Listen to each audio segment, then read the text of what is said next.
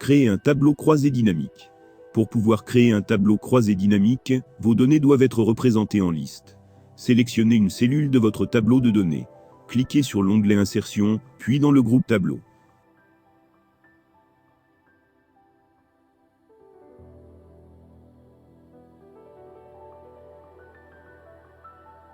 Cliquez sur Insérer un tableau croisé dynamique. En cliquant sur la flèche, vous pourrez choisir entre insérer un tableau ou un graphique croisé dynamique. La fenêtre Créer, un tableau croisé dynamique s'ouvre. La première partie vous invite à sélectionner le fichier source à exploiter. Il peut s'agir soit sélectionner un tableau ou une plage, c'est le cas le plus courant, ou utiliser une source de données externe. Cette option permet de récupérer des informations dans des fichiers non Excel. La 2nd partie d'options vous permet de choisir l'emplacement de votre rapport de tableau dynamique, soit une nouvelle feuille de calcul, soit une feuille de calcul existante. Cliquez sur OK pour valider vos choix.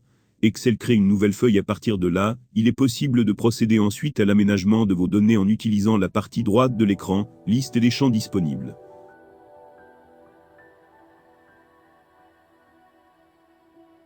Pour ajouter les champs de la base de données à votre tableau croisé dynamique, cliquez les champs de la partie supérieure, champs à inclure dans le rapport, vers la partie inférieure, faites glisser les champs dans les zones voulues ci-dessous. Dans l'une de ces parties, filtre du rapport, étiquette de colonne, étiquette de ligne, valeur, les données seront, par défaut, regroupées par la fonction somme pour des valeurs numériques et nombre pour des données de type texte.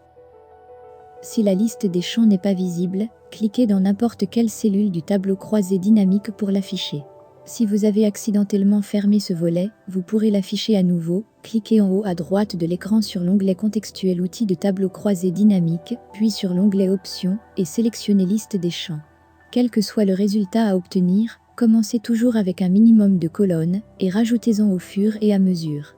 Notez que l'ordre dans lequel vous sélectionnez les champs à afficher dans la zone étiquette de colonne ou étiquette de ligne est important. Il conditionne la façon dont les données seront organisées dans le tableau croisé dynamique. En glissant un champ dans la partie inférieure de la liste des champs, une ligne horizontale bleue signale l'emplacement du champ. Déplacez dans la zone valeur la donnée qui sera analysée. Par défaut, Excel vous proposera d'obtenir une somme si la donnée de type numérique. Néanmoins, il est possible d'analyser avec en utilisant d'autres fonctions.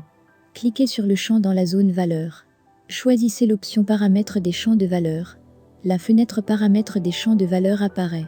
Utilisez une autre fonction parmi la liste. Résumez le champ de valeur par nombre. Il permet d'obtenir le nombre de données pour le champ sélectionné. Moyenne. Elle permet d'obtenir la moyenne de données pour le champ sélectionné.